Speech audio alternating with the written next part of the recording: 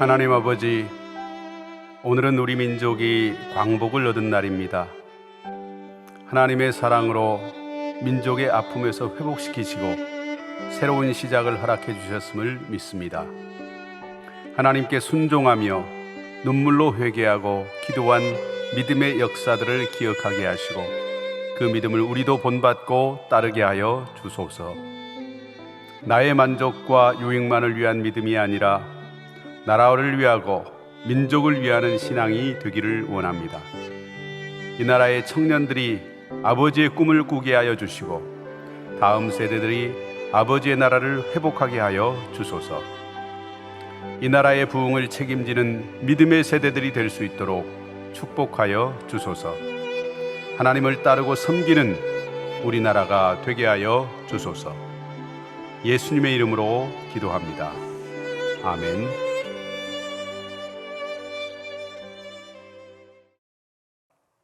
다 같이 찬송가 325장 함께 찬양하시겠습니다.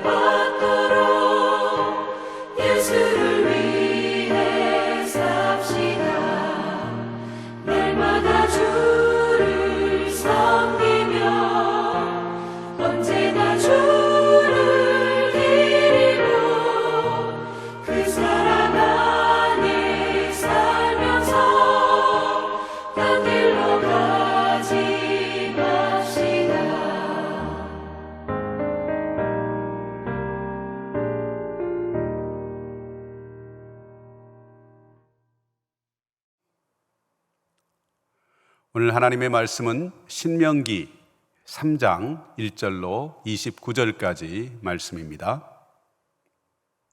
신명기 3장. 우리가 돌이켜 바산으로 올라가매 바산 왕 옥이 그의 모든 백성을 거느리고 나와서 우리를 대적하여 에드레이에서 싸우고자 하는지라. 여호와께서 내게 이르시되 그를 두려워하지 말라.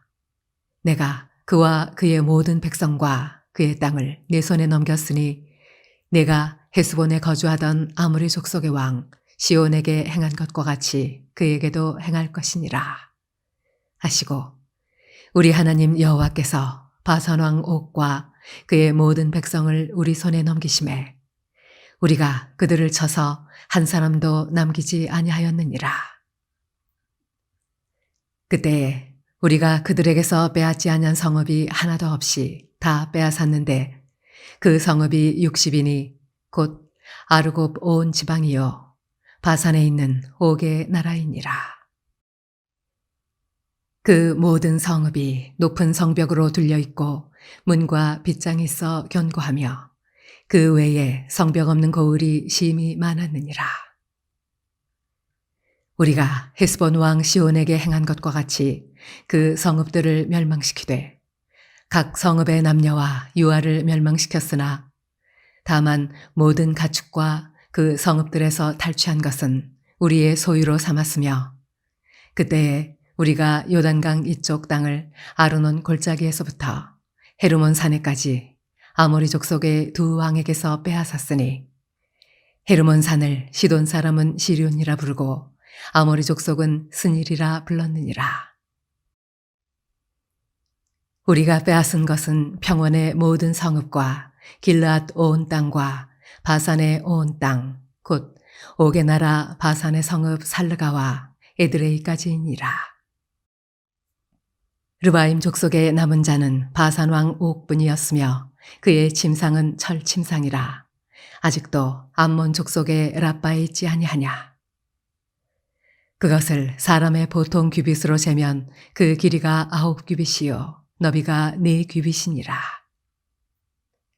그때 우리가 이 땅을 얻음에 아르논 골짜기 곁에 아로엘에서부터 길르앗 산지 절반과 그 성읍들을 내가 르우벤 자손과 갓 자손에게 주었고 길르앗의 남은 땅과 옥의 나라였던 아르곱 온 지방 곧 온 바산으로는 내가 므낫세 반 지파에게 주었노라.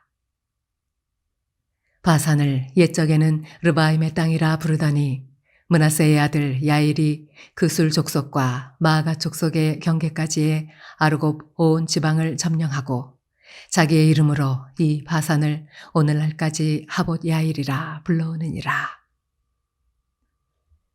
내가 마길에게 길르앗을 주었고 르우벤 자손과 갓 자손에게는 길르앗에서부터 아르논 골짜기까지 주었으되 그 골짜기의 중앙으로 지역을 정하였으니 곧 암몬 자손의 지역 야복강까지이며 또는 아라바와 요단과 그 지역이요 긴네렛에서 아라바 바다 곧 염해와 비스가 산기슭에 이르기까지의 동쪽 지역이니라. 그때 내가 너희에게 명령하여 이르기를 너희 하나님 여호와께서 이 땅을 너희에게 주어 기업이 되게 하셨은즉 너희의 군인들은 무장하고 너희의 형제 이스라엘 자손의 선봉이 되어 건너가되 너희에게 가축이 많은 줄 내가 아노니 너희의 처자와 가축은 내가 너희에게 준 성읍에 머무르게 하라. 여호와께서 너희에게 주신 것 같이 너희의 형제에게도 안식을 주시리니 그들도 요단 저쪽에서 너희의 하나님 여호와께서 그들에게 주시는 땅을 받아 기업을 삼기에 이르거든 너희는 각기 내가 준 기업으로 돌아갈 것이니라 하고 그때 내가 여호수아에게 명령하여 이르기를 너희의 하나님 여호와께서 이 두 왕에게 행하신 모든 일을 내 눈으로 보았거니와 내가 가는 모든 나라에도 여호와께서 이와 같이 행하시리니 너희는 그들을 두려워하지 말라. 너희의 하나님 여호와께서 친히 너희를 위하여 싸우시리라 하였노라. 그때 내가 여호와께 간구하기를 주 여호와여 주께서 주의 크심과 주의 권능을 주의 종에게 나타내시기를 시작하셨사오니 천지간에 어떤 신이 능히 주께서 행하신 일, 곧 주의 큰 능력으로 행하신 일 같이 행할 수 있으리이까. 구하옵나니 나를 건너가게 하사 요단 저쪽에 있는 아름다운 땅, 아름다운 산과 레바논을 보게 하옵소서. 하되 여호와께서 너희 때문에 내게 진노하사 내 말을 듣지 아니하시고 내게 이르시기를 그만해도 족하니 이 일로 다시 내게 말하지 말라. 너는 비스가 산 꼭대기에 올라가서 눈을 들어 동서남북을 바라고 네 눈으로 그 땅을 바라보라. 너는 이 요단을 건너지 못할 것임이니라. 너는 여호수아에게 명령하고 그를 담대하게 하며 그를 강하게 하라. 그는 이 백성을 거느리고 건너가서 내가 볼 땅을 그들이 기업으로 얻게 하리라 하셨느니라. 그때에 우리가 벳볼 맞은편 골짜기에 거주하였느니라.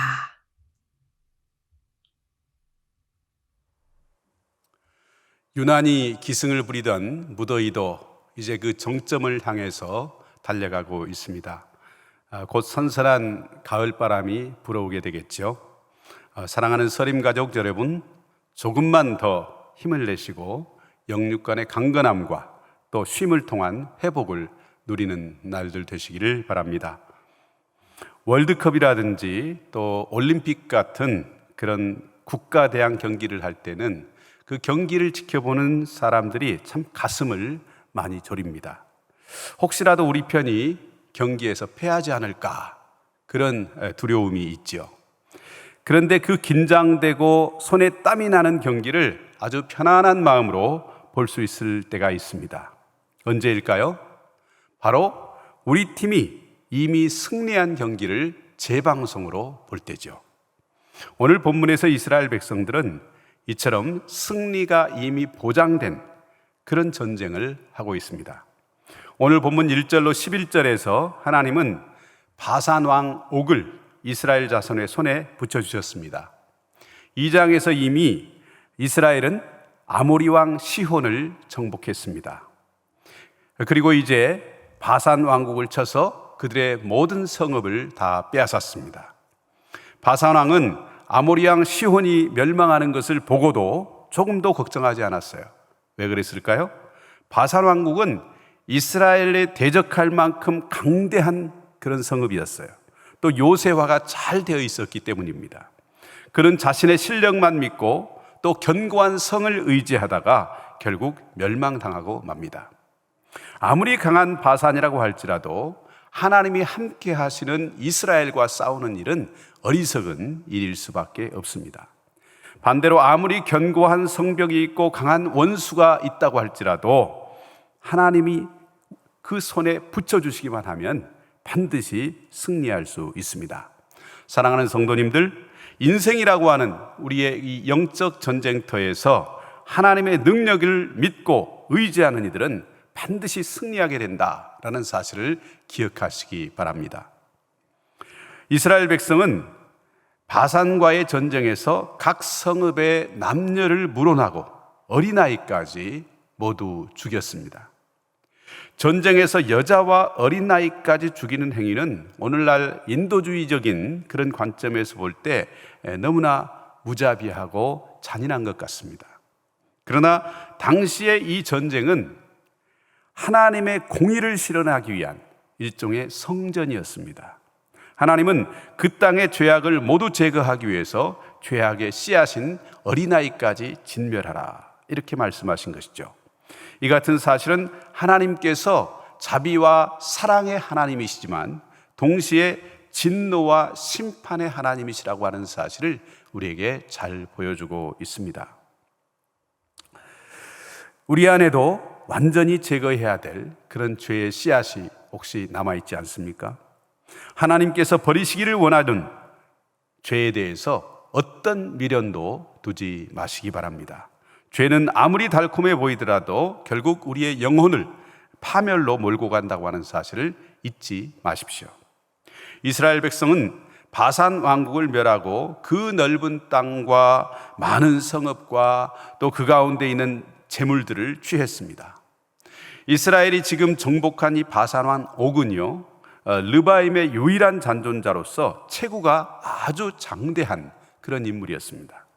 그러나 하나님은 그와 그의 백성을 모두 다 멸하셨죠.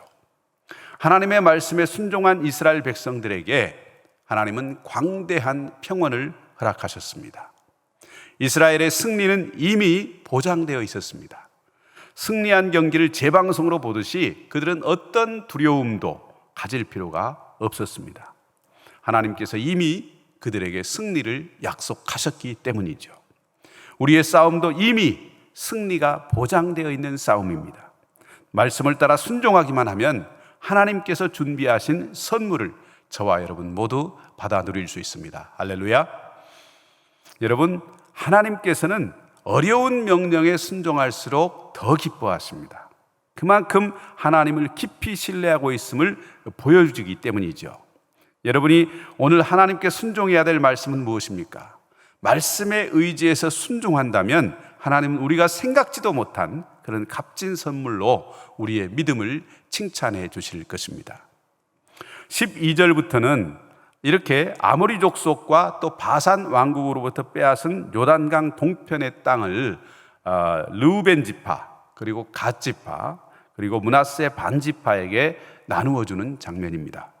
여러분, 우리가 살아가면서 가장 행복했던 순간을 꼽는다면 언제일까요?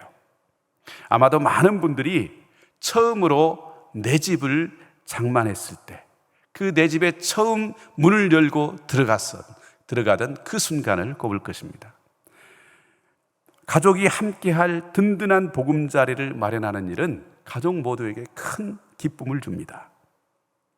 드디어 이스라엘 백성도 지금까지의 그 광야에서의 고생의 보답을 받게 됩니다. 자신들이 살게 된 터전을 분배받기 시작한 것이죠. 이스라엘 백성은 하나님이 붙여주신 그 헤스본 왕 시온의 땅과 또 바산 왕 옥의 땅을 취해서 가나안에 들어갈 때까지 거기 머물렀습니다. 하나님은 그 땅을 르우벤 지파, 갓 지파, 그리고 므낫세 반 지파에게 주셨습니다. 그곳은 하나님의 공의의 실현으로 얻어진 땅입니다. 하나님은 그곳을 이스라엘이 가나안 땅에 들어가기 전에 미리 나누어 주셨습니다. 하나님은 성도들에게도 미리 그분의 나라를 허락하셨습니다. 우리가 들어갈 영원한 가나안인 천국에는 이미 예수님께서 먼저 가셔서 우리의 처소를 예비하고 계십니다. 하나님이 마련하신 우리의 영적인 가나안을 소망하면서 이미 주님께서 마련해 주신 그 처소를 바라보면서 오늘 또 소망 가운데 살아가는 저와 여러분 다 될 수 있기를 간절히 원합니다. 모세는 요단 동편 땅을 먼저 분배받은 두 지파 반에게 아직 기업을 받지 못한 다른 형제 지파를 위해서 요단 서쪽 가나안 정복 전쟁에 참여하라, 이렇게 명령합니다. 모든 지파가 땅을 다 얻은 후에 자신들이 분배받은 땅으로 돌아가라, 이렇게 명한 것이죠. 이 두 지파 반은 모세의 명령에 순종했습니다. 그들은 하나님의 은혜와 또 다른 지파의 도움으로 먼저 기업을 얻고 안식을 누릴 수가 있었어요. 이제 그들은 다른 지파들이 기업을 얻고 안식을 누릴 수 있도록 도와줘야 하는 그런 입장입니다.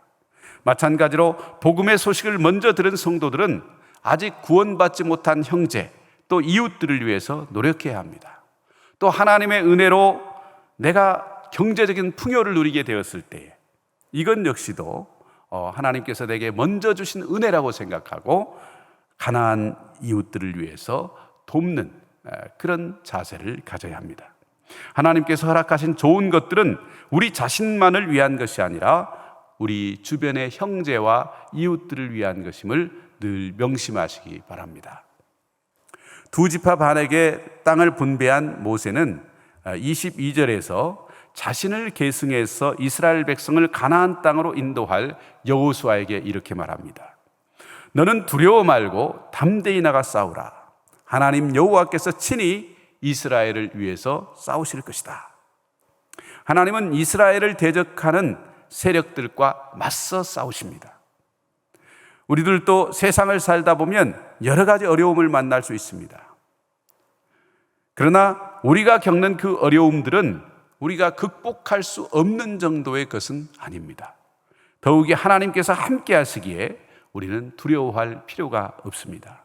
모든 상황에 동요하지 않고 믿음으로 담대하게 반응해야 합니다. 왜냐하면 하나님이 우리를 위해서 싸워주실 것이고 그분의 능력을 우리에게 허락해 주실 것이기 때문입니다. 가나안 땅을 주시겠다고 하는 이 하나님의 약속은 조금씩 성취되어 갔습니다.